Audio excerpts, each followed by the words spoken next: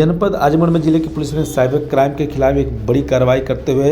190 करोड़ रुपए की ठगी करने वाले एक अंतर्राष्ट्रीय संगठित गैंग का पर्दाफाश किया। इस मामले में कुल 169 बैंक के खाते में लगभग 2 करोड़ रुपए के फ्रीज किए गए। इसके अतिरिक्त 3 लाख रुपए नकद, 51 mobile phone, 6 laptop, 61 ATM card, 56 bank passbook, 19 SIM card, 7 Facebook chequebook, 3 आधार कार्ड और एक जियो ड्राइवर साउंड भी बरामद किया है। इस पुलिस अधीक्षक हेमराज मीना ने निर्देश के चलाए गए विशेष अभियान के तहत 25 नवंबर को थाना साइबर क्राइम की पुलिस टीम ने रेडी, अन्ना, लोटस और महादेव जैसे प्रतिबंधित ऑनलाइन ऐप के जरिए ठगी करने वाले इस गैंग का पर्दाफाश किया है। गैंग सोशल मीडिया प्लेटफॉर्म पर जैसे इंस्टाग्राम, व्हाट्सएप, मेटा और टेलीग्राम पर विज्ञापन देकर लोगों को फंसाता था। एसपी हेमराज मीना ने बताया कि गैंग पीड़ितों के जैसे दोगुने या तिगुने करने वाला लालच देकर उनकी लॉगिन आईडी बनाता और ऑनलाइन गेम्स के जरिए उसके खाते से पैसे निकालकर फर्जी खाते में ट्रांसफर करता था। पीड़ितों के आईडी ब्लॉक कर दी जाती थी। इस संगठित गैंग के भारत के अलावा श्रीलंका और यूडी सदस्य के शामिल में गिरफ्तार किया है। अभियुक्तों में उत्तर प्रदेश के 6, बिहार से 2, उड़ीसा से 2 और मध्य प्रदेश से 1 अभियुक्त को शामिल है। इन अभियुक्तों के खिलाफ देश के विभिन्न राज्यों में 170 साइबर ठगी के मामले में दर्ज है। इनकी गिरफ्तारी 25 नवंबर को नगर कोतवाली रेदोपुर क्षेत्र में स्मार्ट मॉल के सामने स्थित एक मकान से की गई है। थाना साइबर क्राइम प्रभारी और उनके टीम ने मुखबिर की सूचना पर दबिश देकर 13 अभियुक्तों को गिरफ्तार किया है। गिरफ्तारी अभियुक्तों के पूछताछ में बताया है वह आजमगढ़ में 2 यूनिट चला रहे थे, जिनमें कुल 13 सदस्य सक्रिय रूप से कार्यरत थे। यह लोग सरकार द्वारा प्रतिबंध ऐप उपयोग कर ठगी करते व्हाट्सएप ग्रुप में जरिए पीड़ितों के संपर्क किया जाता था। गैंग द्वारा अर्जित धनराशियों को फर्जी खाते में अंतर्राष्ट्रीय स्तर पर झोदारों के साथ गिरफ्तार किए गए। सर क्या है ये पूरा प्रकरण? देखिए, आज थाना जो साइबर पुलिस है उसमें 11 अभियुक्तों की गिरफ्तारी की गई है, जो कि यहाँ जनपद आजमगढ़ में कोतवाली थाना क्षेत्र में रह के और इनके द्वारा एक कॉल सेंटर यहाँ पे खोल रखा था और वहाँ से ये लोग साइबर फ्रॉड कर रहे थे, जिसमें जो कुछ प्रतिबंधित ऐप्स हैं, रेडी, अन्ना, लोटस और महादेव के नाम से, जिसमें कि ऑनलाइन जो गेमिंग है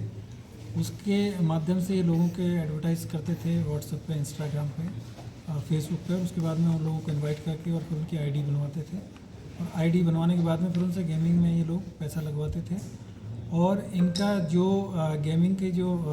रूल्स हैं वो उस हिसाब से सेट किए हुए थे कि आदमी को पहली बार 1-2 बार उसको प्रॉफिट होता था, उसके बाद में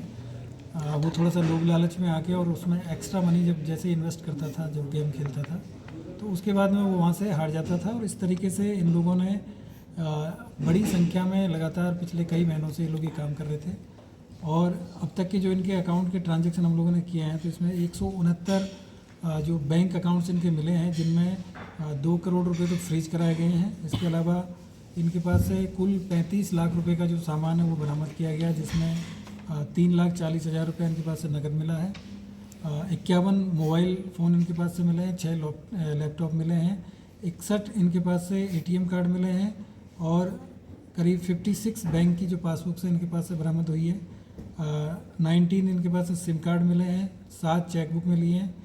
और इसके अलावा आधार कार्ड और एक जियो का एक फाइबर वाला जो इनके पास राउटर मिला है। अब तक की जो इनके हमने सारी डिटेल्स चेक की, उसके हिसाब से करीब 190 करोड़ रुपए की इन्होंने इस तरह से इस बीच में जो साइबर ठगी है ये गेमिंग ऐप्स के माध्यम से की है। और इसमें जो अभियुक्त हैं जो गिरफ्तार किए गए हैं, 11 अभियुक्त गिरफ्तार किए गए, जिसमें 6 बिहार के हैं, नहीं 2 उत्तर प्रदेश से 6 हैं, बिहार से 2 हैं, उड़ीसा से 2 हैं, मध्य प्रदेश से 1 हैं। और इसके अलावा इनके जो विरुद्ध देश में करीब 71 जो साइबर ठगी की जो NCRP जो पोर्टल है वहाँ पे इनके विरुद्ध कंप्लेंट इनके मिली है। और ये जो लोग हैं 11 लोग हैं, इनमें एक राम सिंह नाम से है जो कि थाना कोठी भार जिला महाराजगंज के रहने वाले हैं उत्तर प्रदेश के। एक संदीप यादव है जो थाना अदलाहाट जिला मिर्ज़ापुर के रहने वाले हैं। एक विशाल दीप है, ये थाना के गांव जिला कालाहांडी उड़ीसा के रहने वाले हैं। एक अजय कुमार पाल हैं, ये थाना सिंगवलिया जिला गोपालगंज बिहार के रहने वाले हैं। एक आकाश यादव है, ये थाना चंदबक जौनपुर के रहने वाले हैं। पंकज कुमार पांडे हैं, ये थाना बरगी जिला मध्य प्रदेश के जबलपुर मध्य प्रदेश के रहने वाले हैं। प्रदीप छात्रिया हैं, ये थाना बंगो गुंडा जिला ये बलांगीर उड़ीसा के रहने वाले हैं। इसके अलावा विकास यादव है, ये थाना अदलाट ये मिर्ज़ापुर के हैं। आनंदी कुमार यादव हैं, ये थाना कटोरिया जिला बांका बिहार के रहने वाले हैं। मिर्जा उमर बेग ये थाना सरायमीर जनपद आजमगढ़ के रहने वाले हैं। इसके अलावा एक अमित गुप्ता हैं जो कि कोटिवा जिला महाराजगंज के रहने वाले हैं। और इन सब इनके जो साथी हैं, 2 साथी इसमें वांछित भी किए गए हैं। एक विनय यादव हैं और एक सौरभ है जो कि एक बनारस के रहने वाले हैं, और एक का भी एड्रेस हम लोगों ने आइडेंटिफाई इनका करना शेष है। इस तरीके से ये जो पूरा गैंग है यहाँ, इन्होंने जनपद आजमगढ़ में थाना कोतवाली क्षेत्र में एक व्यक्ति से पहले मकान यहाँ पे किराए पे लिया, और उसमें उनको बोला कि हम लोग यहाँ पे कुछ ऑनलाइन क्लासेज लेते हैं। तो उस तरह से इन्होंने ऑनलाइन क्लासेज के नाम से यहाँ पे रूम किराए पे लिया, और फिर ये लोग वहाँ से बाहर मतलब ये जितने भी लोग हैं ये सब अलग अलग जगह से ट्रेनिंग दे के इन लोगों को यहाँ पे लाया गया था। और यहाँ पे ये 24/7 इनका जो गेमिंग का जो काम था वो चलता था। रात में भी इनकी ड्यूटी रहती थी और दिन में भी ड्यूटी रहती थी। अभी तक जो लोग पकड़े गए हैं प्रथम दृष्टया ये वो लोग हैं जो कि एक्चुअल में उस पोर्टल को हैंडल करते थे, और जो भी बेनिफिट होता था उसको फिर ये लोग इनके पास जो अकाउंट्स थे उन अकाउंट्स में ट्रांसफ़र करते रहते थे, और कई लेयर में जाके फिर ये लोग लास्ट में उनमें से जो पैसा है उसको अपने जो बेनिफिशरी जो लोग थे इनके, जिनका सबसे ज़्यादा इन्होंने फ़ायदा उठा रहे थे, उनके अकाउंट में ये लोग उसको जो अमाउंट होता था उसको ट्रांसफ़र कर देते थे। और ज़्यादातर इस तरह के जो केस में नई उम्र के लोग हैं, कुछ लोग इसमें ये समझते थे कि भाई गेम खेलते हैं कुछ पैसा मिल जाएगा। 1-2 बार उनको प्रॉफिट होता था, उसके बाद में जैसे प्रॉफिट हुआ तो वो लोग फिर ज़्यादा इसमें धनराशि लगाते थे। और जैसे 1 लाख रुपया लगाया और 1 लाख रुपये का उनको अगर कुछ 1,20,000 मिल गया तो उसके बाद में अगली बार आदमी 4-5 लाख रुपये लगाता था, और दोबारा फिर उसका सारा का सारा पैसा ये लोग उसमें से उस तरह का इन्होंने उसमें जो प्रोग्रामिंग किया हुआ था उस गेम के अंदर कि आप 2-3 बार में अगर पैसा कमा लियो तो अगली बार फिर आप कमा नहीं पाएंगे। और इनके पास में उस चीज़ का ये भी था कि अगर कोई व्यक्ति गलती से ज़्यादा पैसा इसमें कमा लिया, जैसे एक केस इसमें इन्होंने बताया है कि उन्होंने पहले 1 लाख रुपया लगाया, फिर उसके बाद में वो जीत गए, तो फिर इनको थोड़ा सा लगा कि उसके बाद फिर उससे दोबारा इन्होंने और पैसा उसको मोटिवेट किया। और ये जो लोग गेम खेलते थे उनके मोबाइल नंबर्स भी इनके पास में होते थे, उनको व्हाट्सअप के माध्यम से कांटेक्ट भी करते थे, उनको मोटिवेट भी करते थे कि भाई ठीक है आपने बहुत अच्छा खेला है और अब लगाइए। जैसे ही वो आदमी ज़्यादा पैसे लगाते थे उसके बाद में फिर उसको जो प्रॉफिट है वो आना बंद हो जाता था, फिर आदमी फिर या तो डिप्रेशन में चला जाता था या फिर उसको कहीं ना कहीं पुलिस में जाके वो कंप्लेन करता था। तो इस तरीके से ये एक लुभावना ये गेम लोगों को खिलाते थे और उनको इमोशनली और उनको जो फाइनेंशियल बेनिफिट दिलाने के नाम पे उनको मोटिवेट करते थे, और उसके बाद में उन सब के साथ में फ्रॉड करने का ये काम ये लोग कर रहे थे। और जो फाइनली इनका जो पैसा है इसमें जो भी इन्होंने जो मोबाइल नंबर्स वगैरह ये यूज़ करते थे, इसमें जो कोड होता है जैसे यहाँ पे इंडिया का 91 है, उसी तरीके से इन्होंने श्रीलंका और आसपास की जो कंट्रीज़ है उसके जो ऑनलाइन नंबर्स इन्होंने ले रखे हैं इंटरनेट के माध्यम से, और उसी से ये लोग उनसे कांटेक्ट करते थे जिससे कि इनकी लोकेशन ट्रेस आउट ना हो और ये पता ना चले कि ये लोग कहाँ से गेमिंग का जो काम है वो कर रहे हैं और कहाँ पे इन्होंने अपना कॉल सेंटर खोला हुआ है। तो सारे जो नंबर्स हैं और वो सब इंटरनेशनल कॉलिंग वाले नंबर हैं। और दूसरा जो लोग इन्होंने यहाँ पे लोकल जो हायर किए हुए थे उनका भी ये था कि इनके पास में इतने करीब 51 मोबाइल मिले हैं, तो जो मोबाइल का IMI रन हो गया या जो जिसको यूज हो गया है या जिसका सिम यूज हो गया है उसको ये फिर नेक्स्ट टाइम फिर उसको यूज नहीं करते थे। और इसके अलावा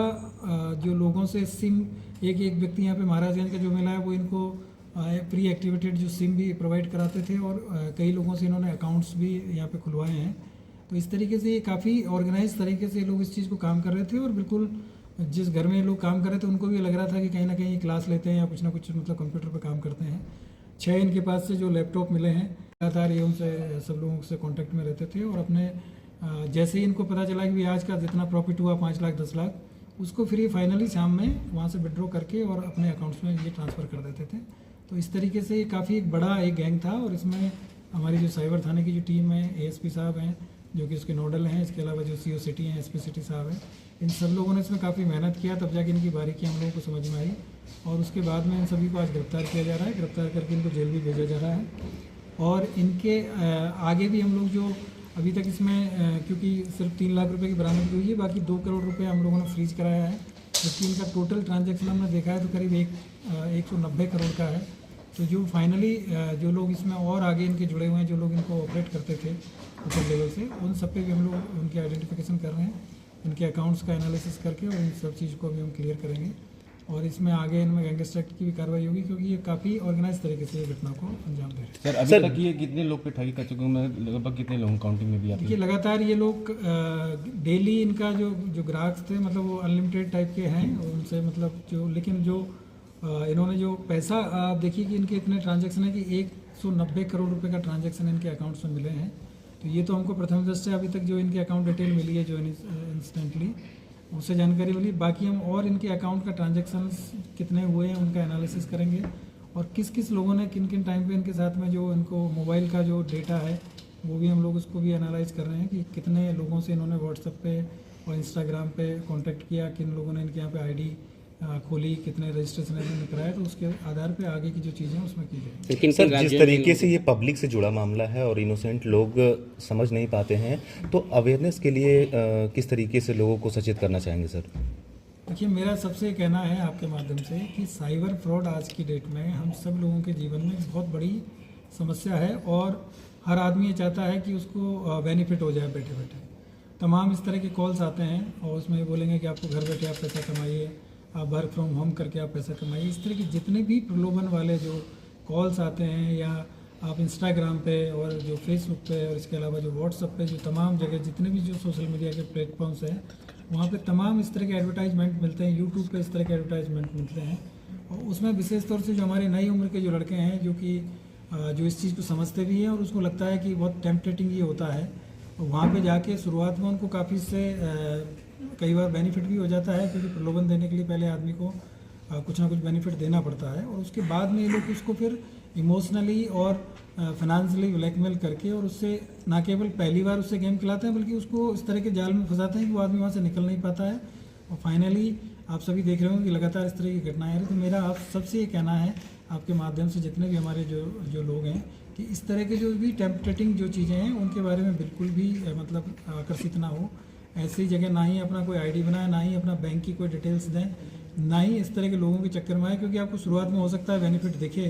लेकिन फाइनली बेनिफिट नहीं होगा। इस तरह के तमाम जो ऐप्स हैं, तमाम जो एडवर्टाइजमेंट है वो आपको इंस्टाग्राम पे मिलेंगे, फेसबुक पे मिलेंगे, उनको बिल्कुल भी रिकॉग्नाइज ना करें, उनको बिल्कुल भी आप लोग उसमें कहीं भी कोई लिंक है उसको क्लिक ना करें, कहीं भी जाके उसमें डिटेल में अपना जो मोबाइल नंबर है, अपना अकाउंट नंबर की डिटेल है, ये सब चीज़ें बिल्कुल भी ना दें, और इस तरह की चीज़ों में बिल्कुल भी ना फंसे, क्योंकि फाइनली इसका रिजल्ट यही होता है कि